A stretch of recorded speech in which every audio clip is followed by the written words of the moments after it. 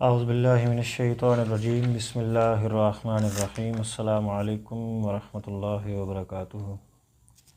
میں ہوں محمد عارف اور آپ دیکھ رہے ہیں میرا یوٹیوب چینل زندگی کے رنگ، ایک ایسا چینل جہاں ہم زندگی کے مختلف پہلوؤں کو اسلامی روشنی میں دیکھنے کی کوشش کرتے ہیں۔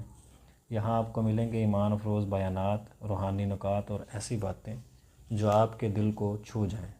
تو آئیے سیکھتے ہیں، سوچتے ہیں، سمجھتے ہیں اور اپنی زندگی کو اللہ تبارک و تعالیٰ کے قریب لانے کی کوشش کرتے ہیں۔ اس سے پہلے اگر ابھی تک آپ نے ہمارا یوٹیوب چینل سبسکرائب نہیں کیا تو ضرور کر لیجئے تاکہ ہماری آنے والی اگلی ویڈیو آپ تک بآسانی پہنچ سکے۔ آج ہم اپنے اس مختصر بیان میں درود و سلام کی فضیلت اور کلمہ طیبہ کے بارے میں بات کریں گے۔ درود و سلام کی فضیلت کیا ہے؟ حضور نبی کریم صلی اللہ علیہ وسلم پر درود و سلام بھیجنا ایک مقبول ترین عمل ہے۔ یہ سنت الہیہ ہے۔ اس نسبت سے یہ جہاں شان مصطفی صلی اللہ علیہ وسلم کے بے مثل ہونے کی دلیل ہے، وہاں اس عمل خاص کی فضیلت بھی حسین پیرائے میں اجاگر ہوتی ہے، اور یہ وہ مقدس عمل ہے جو ہمیشہ کے لیے لازوال، لافانی اور تغیر کے اثرات سے محفوظ ہے، کیونکہ نہ خدا کی ذات کے لیے فنا ہے، نہ آپ صلی اللہ علیہ وسلم پر درود و سلام بھیجنے کی انتہا۔ اللہ تعالیٰ نہ صرف خود اپنے حبیب مکرم صلی اللہ علیہ وسلم پر درود و سلام بھیجتا ہے، بلکہ اس نے فرشتوں اور اہل ایمان کو بھی پابند فرما دیا ہے، سب میرے محبوب پر درود و سلام بھیجیں۔ اس لیے سورہ الاحزاب میں قرآن حکیم میں ارشاد باری تعالیٰ ہے، ان اللہ و ملائکتہ یصلون علی النبی یا ایھا الذین آمنوا صلوا علیہ وسلموا تسلیما۔ بے شک اللہ اور اس کے سب فرشتے نبی مکرم صلی اللہ علیہ وسلم پر درود و سلام بھیجتے ہیں۔ اے ایمان والو، تم بھی ان پر درود بھیجا کرو اور خوب سلام بھیجا کرو۔ اسی طرح درود و سلام کی فضیلت اور دینی و دنیاوی مقاصد کے حصول میں اس کی برکات مستند روایات سے ثابت ہیں۔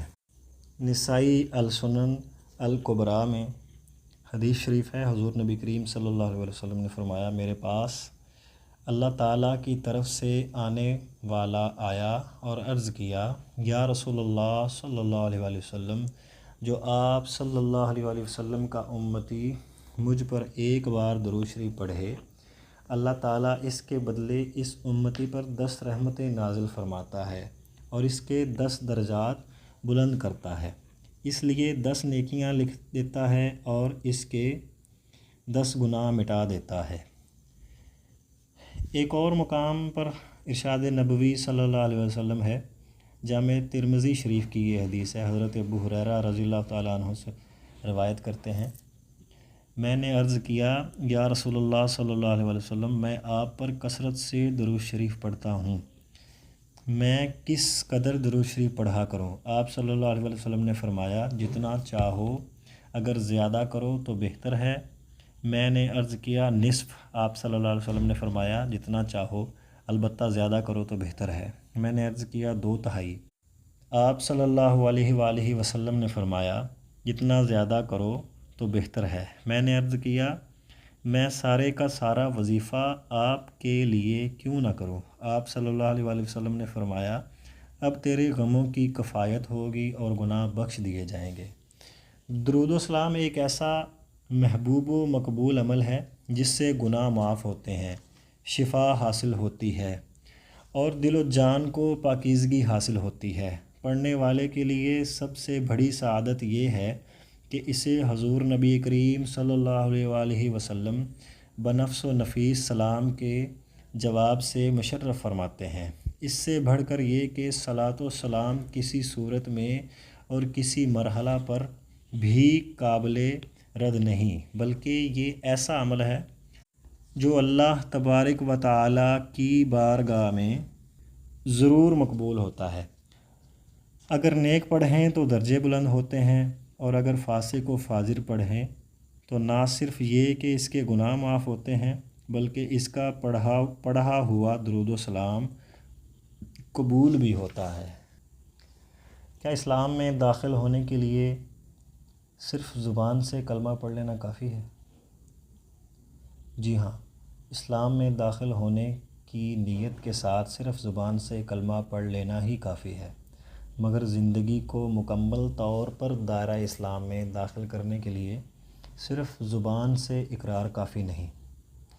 سورہ بقرہ میں ارشاد باری تعالیٰ ہے، یا ایھا الذین آمنوا ادخلوا فی السلم کافہ، اے ایمان والو اسلام میں پورے داخل ہو جاؤ۔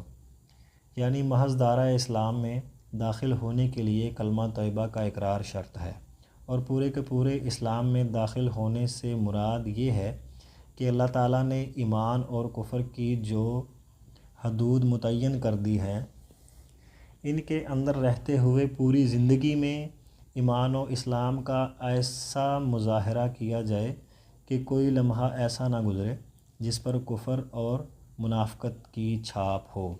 کیا کلمہ طیبہ پڑھ لینا ہی نجات کے لیے کافی ہے؟ کلمہ طیبہ پڑھنے سے انسان دائرہ اسلام میں داخل ہو جاتا ہے اور اسے ایمان کی دولت میسر آتی ہے۔ حضرت ابو ذر غفاری رضی اللہ تعالیٰ عنہ سے مروی حدیث مبارکہ میں ہے، آپ بیان کرتے ہیں کہ میں رسول اللہ صلی اللہ علیہ وآلہ وسلم کی خدمت میں حاضر ہوا تو آپ صلی اللہ علیہ وآلہ وسلم سفید کپڑا اوڑھے سو رہے تھے۔ میں دوبارہ حاضر ہوا، اس وقت بھی آپ صلی اللہ علیہ وآلہ وسلم سو رہے تھے۔ پس میں تیسری بار حاضر ہوا تو آپ صلی اللہ علیہ وآلہ وسلم بیدار ہو چکے تھے۔ میں آپ صلی اللہ علیہ وآلہ وسلم کے پاس بیٹھ گیا تو آپ صلی اللہ علیہ وآلہ وسلم نے فرمایا، جو شخص لا الہ الا اللہ کہے، اسی اعتقاد پر اس کا خاتمہ ہو جائے تو وہ جنت میں جائے گا۔ مسلم شریف کی یہ حدیث تھی۔ لیکن اس حدیث شریف میں کلمہ طیبہ پڑھنے سے مراد احوال و اعمال کی اصلاح کے ساتھ کلمہ طیبہ پڑھنا ہے۔ کلمہ طیبہ پڑھنے کے بعد احوال و اعمال کی اصلاح کو نظر انداز کرنا اللہ کی گرفت کا باعث بنتا ہے، جیسا کہ سورہ نساء میں ارشاد باری تعالیٰ ہے، من یعمل سوءا یجزا بہ ولا یجد لہ من دون اللہ ولیا ولا نصیرا، جو کوئی برا عمل کرے گا اسے اس کی سزا دی جائے گی، اور نہ وہ اللہ کے سوا اپنا کوئی حمایتی پائے گا اور نہ مددگار۔